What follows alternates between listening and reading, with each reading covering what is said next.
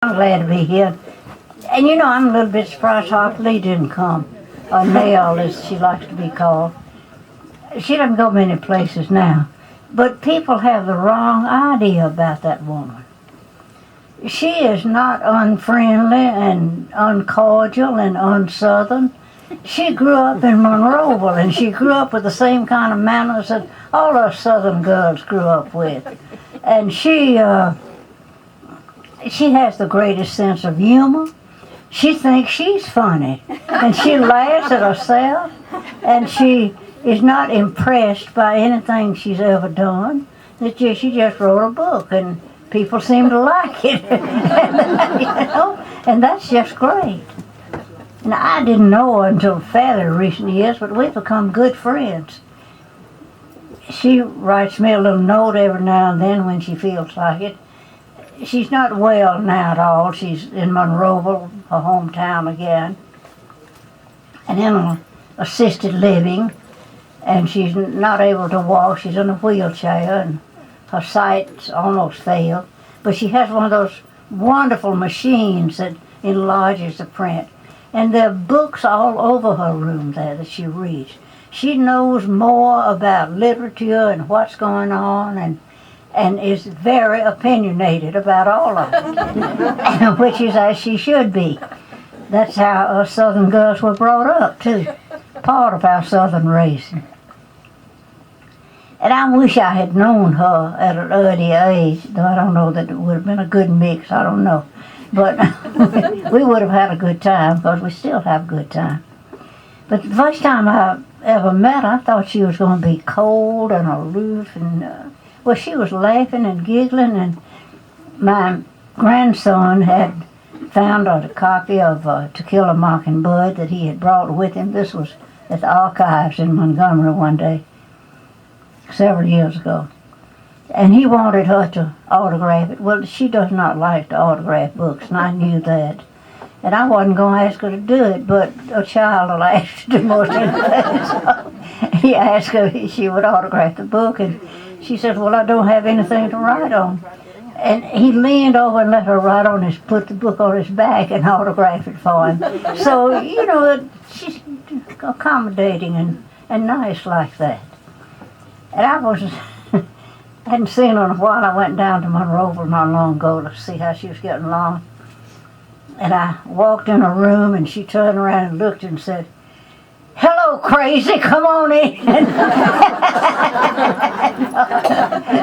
So for a while we were crazy there together. I can't tell you how down to earth she is. And I think she's very lonely. She misses the stimulation of being in New York. She misses the friends she had there. And so many of the friends she had growing up in Monroeville are dead. And I know that feeling. I go back to my hometown of Thomasville, and I don't know anybody. All of my friends are dead, my close friends. And she makes friends, but people have gotten the idea that she'll bite them or something. I don't know what she'll do to them. But she's very gracious if she wants to be. And most of the time she does kind of want to be. But don't try to force yourself on her. Don't try to burst. But do not be discourteous. That's the main thing. She's courteous. Brought up to be courteous. I'm down in that section of the country not long ago. Went down there to see E.O. Wilson. Y'all know the ant man who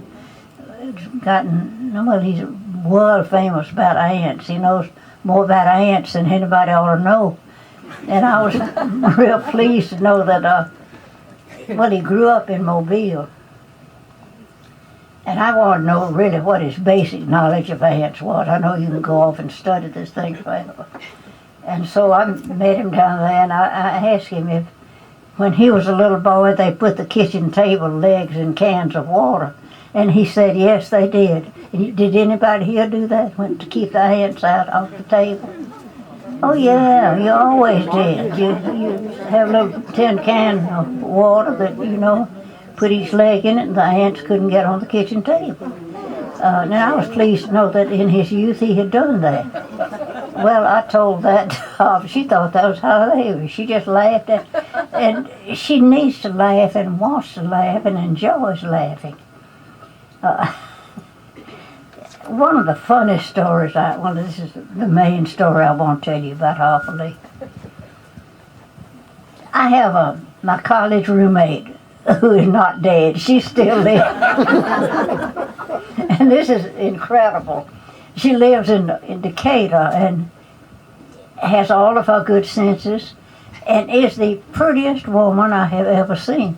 She was just beautiful when we were in college, and I was a little bit envious of Virginia. I never knew anybody as pretty as Virginia was. And I thought, well, after all, age is going to catch up with her. But it never has. She's prettier than she's ever been. She has snow white hair and not any wrinkles and a perfect complexion and ramrod straight and hadn't gained a pound since she was in college. She's just marvelous looking, and it irritates me to death. I was talking to Virginia some time ago now, 3-4 years ago maybe. And I told her I'd been down to Monroe to see Harper Lee, and Virginia said, that's one of my claims to fame. And I said, what are you talking about? She said, well, I was bitten by Harper Lee. I said, Virginia, why haven't you ever told me about this? We roomed together in college. You never even mentioned this to me. She said, well, it just never came up. She said, now Virginia was the daughter of a Methodist preacher, Dr. McNeil. And when he was stationed in Monroeville at the Methodist church there, the Lee family belonged to his church. And they were very faithful attendants at the church, and the families were rather close. And Mr. Lee got elected to the Alabama legislature. Well, this was a long time ago, and the legislature stayed in session, didn't meet as often, but stayed longer.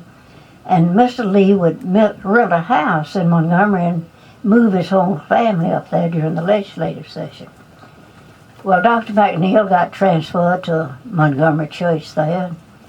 So one afternoon, they decided they needed to go see their former members from Monroeville, the Lee family.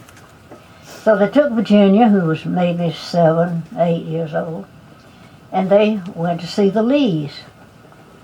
Well, when they got there, Virginia said they were met by Mr. and Miss Lee, and the most beautiful little toddler she had ever seen. And she was just going. She never saw a child as beautiful as Nell, which is what they all called Nell was. And the adults said, now, Virginia, you just play with the baby, and we're going to talk some and visit some, and we'll be right here, but you just take care of the baby. Well, Virginia was glad to do it because the baby was just so beautiful and sweet, and they thought they were having the best time. She was playing with her down on the floor there. And she said, all of a sudden, that monster turned on me and bit me. Bit her hard on the arm up here. Well, she said she was a Methodist preacher's daughter, properly raised, and she knew you did not stir up trouble in a home where you were visiting, and so she didn't say anything about it. She didn't cry out, didn't do anything, till they got ready to leave, got in the car going home, and Virginia burst out crying, and her mother said, what's the matter, Virginia? Virginia said, the baby bit me. Well, they rolled up a sleeve, and the baby had bitten, it broken the skin, it was bleeding. Well, it got infected. She had a terrible time with that bite. Well, but she said, unfortunately, it didn't leave a scar. She always wished it had left a scar. But they did have a bad time with it. Well, I liked that story, and the next time I was with Nell down in Monroe, I asked her if she remembered. Of course she didn't remember it, you know. She's a little bitty thing, and nobody talked about it. I was going to guess, well, she may have gone around biting a lot of people. I don't know what her early habits were. But anyhow, she didn't remember it, but she was delighted with it and just thought it was a funny story. And now her sister, Alice, who's older than Harper Lee, Alice is 99 now, and goes to the office every day. Her law, she practices law, and goes to her law office every day. And not long ago, when I was down there with friends, we were going to take Alice and Nell, Harper Lee, to lunch. And Nell called just before lunchtime and said she was sorry. Alice called just before lunchtime and said she was sorry she couldn't go, that one of her clients from Chicago was flying in and she had to meet him and discuss some business with him. And I thought, way up there in her 90s and carrying on a law practice, which is just marvelous. But then they have great minds still going full force ahead. But several months after this, I had told Harper Lee about her biting my friend Virginia. Virginia got a legal envelope from Monroeville from the office of Alice Lee and a very formal letter saying that she regretted that the statute of limitations had expired.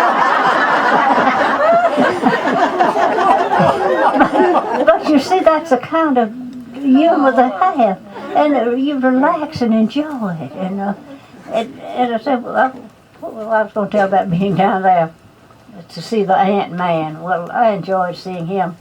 And Harper Lee was supposed to have come and had lunch, but sent word that she was not well, and so, she didn't come.